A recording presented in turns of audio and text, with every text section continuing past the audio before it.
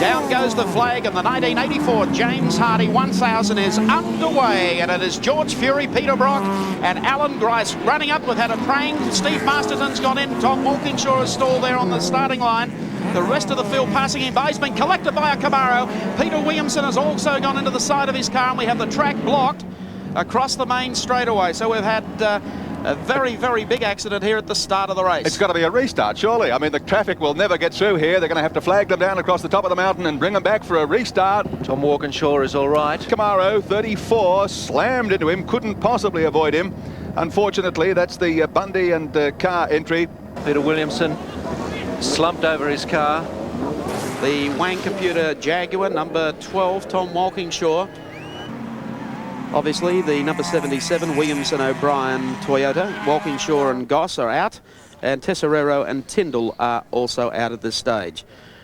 Carter and Murden out also on lap 1. Someday, the organisers are going to realise that this race needs a warm-up lap, just like we did, not a parade lap.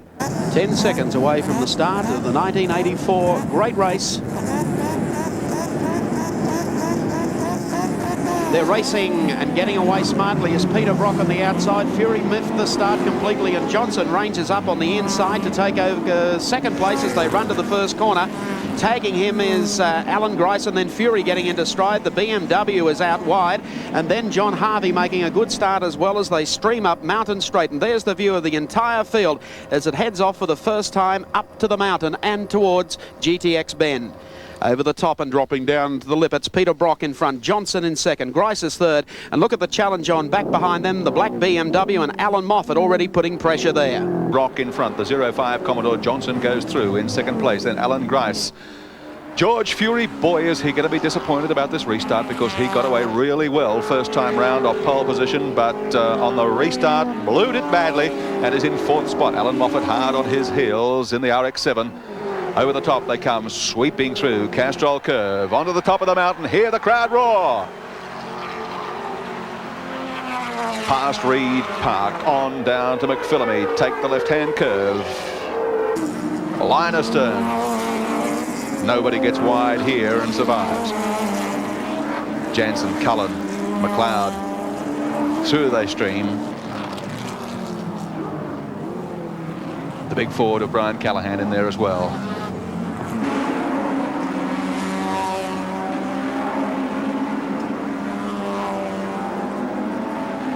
Through Forest Elbow and for the first time down Conrod Straight.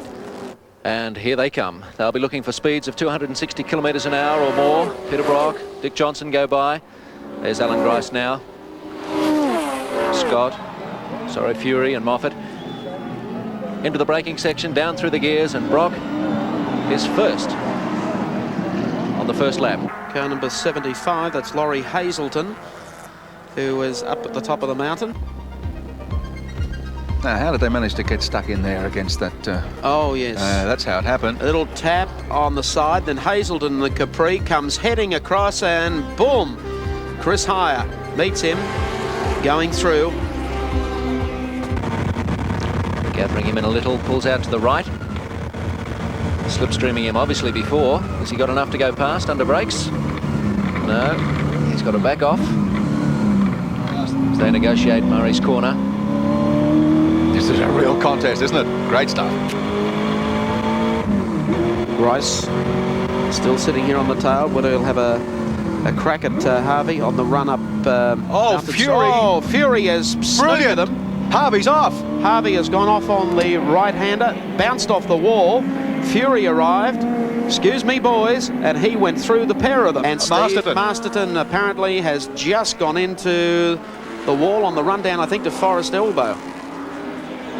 That is not good news for the Masterton Homes 2WS race team.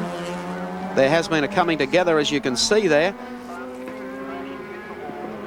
The car has gone across into the wall, into the earth embankment.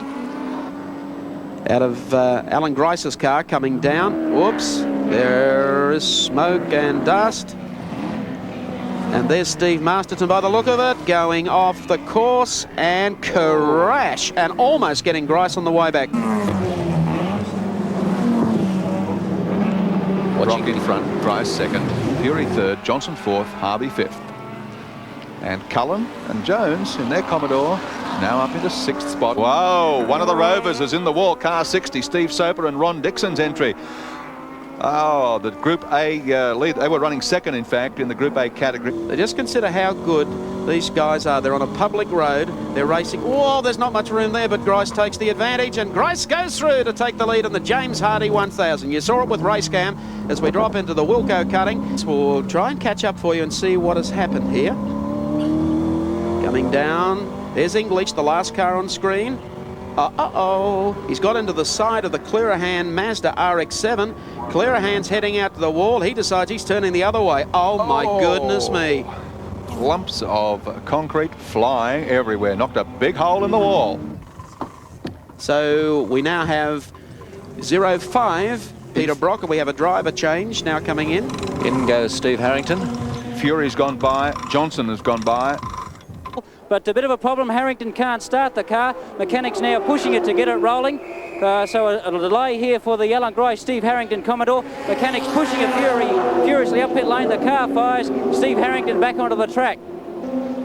Okay, Peter Brock is taking a breather for the moment, and I think he would be delighted to see his co-driver, and a winning co-driver at that, in Larry Perkins, still at the head of the field. We picked up 15 seconds on Gricey there just in the pitch, you know, and it's just, I mean, on the track you have to work very, very hard. 15 seconds, there it was there in the pitch, just with a crew. Did two fabulous stops. Mine was 30 seconds and John's was 27 seconds. And that's, I mean, people around just applaud them. It was fantastic. We're following George Fury, sat on pole for this race and has dropped off the pace just a little bit in the last 5 or 6 laps. Back into about 5th spot in the field at the moment.